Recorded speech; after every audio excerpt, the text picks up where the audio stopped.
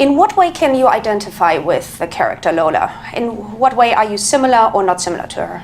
I really want to do this movie because of how much I related to her. I think I was going through so much of the stuff that, you know, she's going through in the film, and, you know, so much with friends and family and my mom. So I really do actually relate to her a lot, and I learned a lot going through this movie, actually. I kind of feel like my dad always says life and art imitate each other, and it kind of did while we were filming. Like, we started going through all this, you know, stuff filming this, so it was awesome. The one quote of the movie is, "I'm sick of pretending."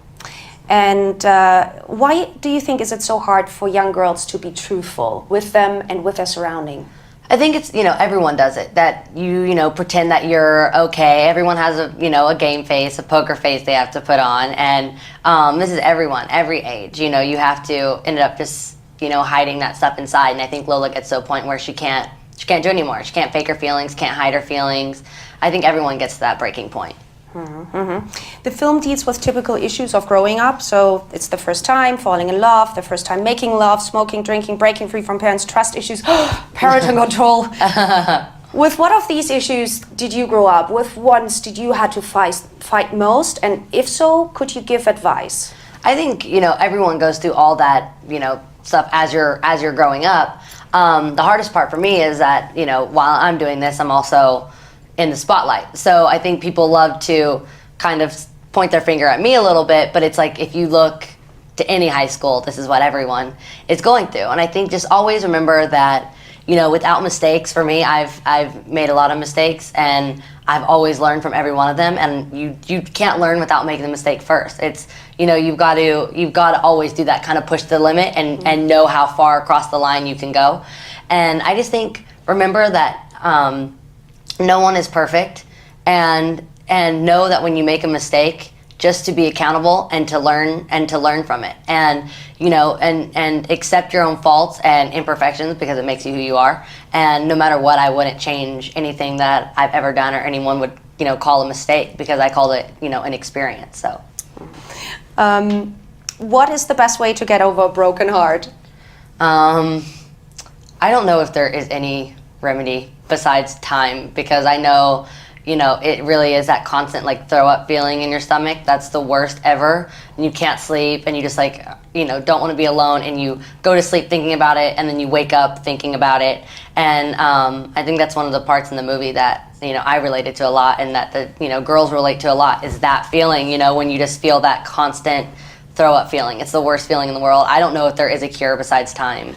Did you ever get grounded, and for what was it? Oh, my mom used to always take my cell phone, and I would get, like, so mad. And up until about a year ago, I was still on my mom's cell phone plan, so she still paid my bill. So she would still, like, be able to take my phone. I'm like, I actually can pay my bill now, Mom. It's just that you want to do it so you can take my phone away.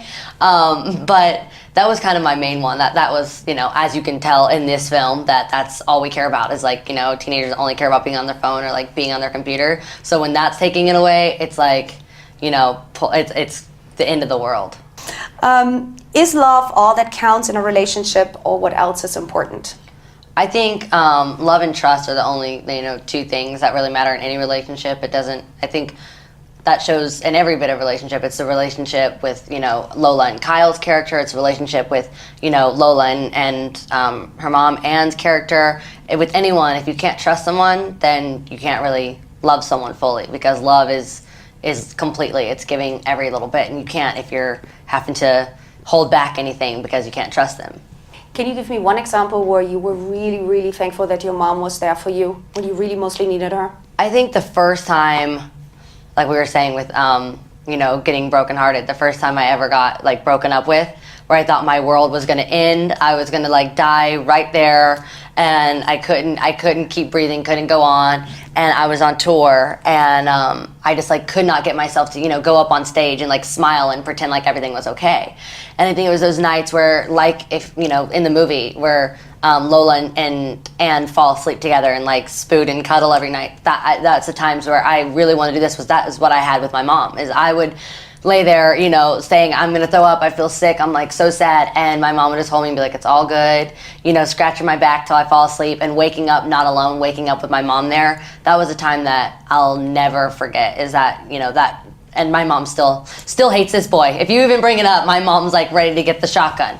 Like, you know, if you just have, at that moment was the time where I was like, my mom loves me more than anything, and she wants to hurt whoever hurt me, you know.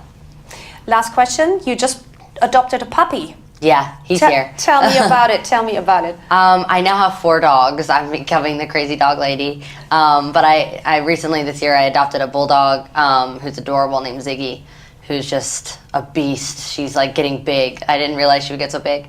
And then Happy, who's here. We're not really sure exactly what he is, but it's the best feeling in the world, just, you know, giving a dog a home, especially because they're so timid at first because of what they've been through. But I have no tolerance for animal cruelty, so I would love to find whoever put him in that box. I mean, in a selfish way, I'm happy that it happened because now I have him and I love him, but I have no tolerance for it.